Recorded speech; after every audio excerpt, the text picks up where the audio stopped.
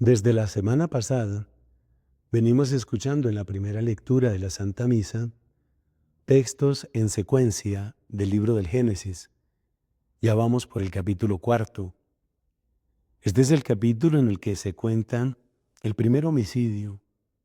Caín, lleno de envidia, se vuelve contra su hermano Abel y lo mata.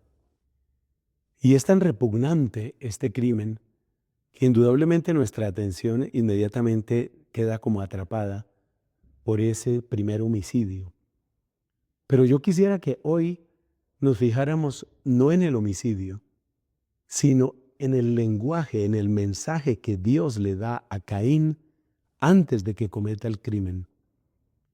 Porque esas tres cosas que le dice Dios a Caín son advertencias permanentes que tienen que ver con la manera como el pecado nos acecha y también con lo que nosotros podemos y debemos hacer para no ser vencidos por el pecado.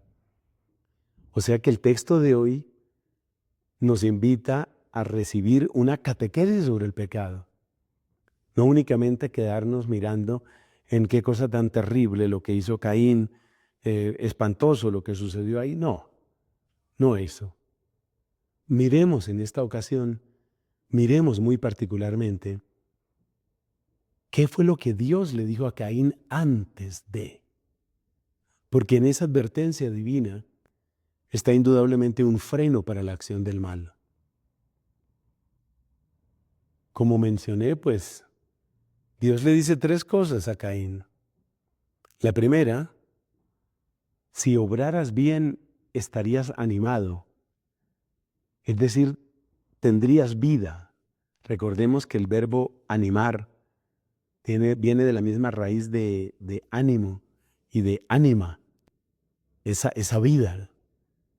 Y por eso el que obra mal está drenándose, está quedándose sin vida. Es algo muy profundo y muy bello. Segundo, Dios le dice a Caín, el pecado acecha a tu puerta, que es una advertencia que ya aparece en este capítulo 4 del Génesis y que la volveremos a encontrar en el Nuevo Testamento, en la pluma del apóstol San Pedro, cuando dice, el diablo, como león rugiente, ronda buscando a quien devorar. Ronda, acecha. Esa es la segunda advertencia. Y la tercera parte es cuando Dios le dice, tú puedes dominarlo. Veamos entonces con un poquito de detalle estos tres elementos. Primero, si obraras el bien, experimentarías vida en ti, porque eso es lo que significa estarías animado. El que obra el bien experimenta el don de la vida, porque nosotros fuimos creados por el Dios vivo y vivificante. Y este Dios vivo, este Dios que nos ama, este Dios es el que nosotros perdemos cuando obramos el mal. Obrar el mal es desconectarse de la fuente de la vida. Obrar el mal ya es empezar a experimentar la muerte. Y observa lo profundo que es esto, porque sabemos que Caín le dio muerte a Abel. Pero fíjate que Caín, antes de darle muerte a Abel, se estaba muriendo por dentro. Es decir, da muerte a aquel que está muriendo, aquel que está muerto. El que está muerto da muerte. Esa es la primera lección. Y esto explica muchas cosas. Por ejemplo, esto explica la intercesión de Cristo cuando en la hora de la pasión ruega por sus propios verdugos. ¿Por qué Cristo ruega por los verdugos que le están dando muerte a Él?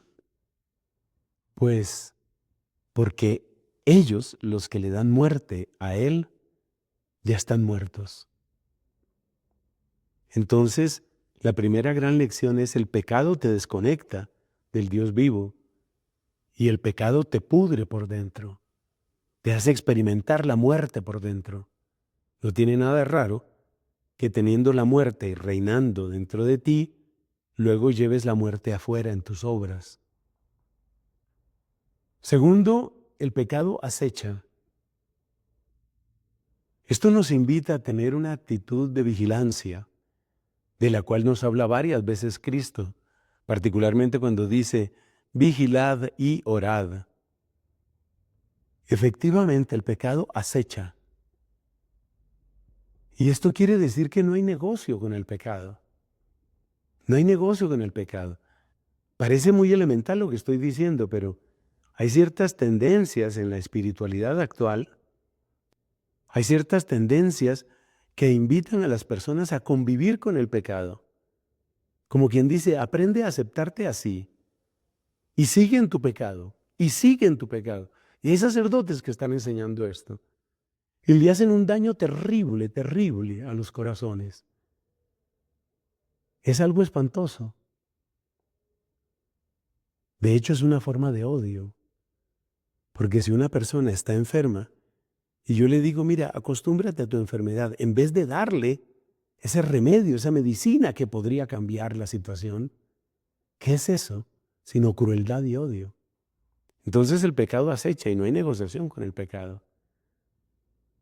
Pero luego le dice Dios a Caín una enseñanza que la repiten varios santos. Y yo quiero mencionar aquí a Santa Catalina.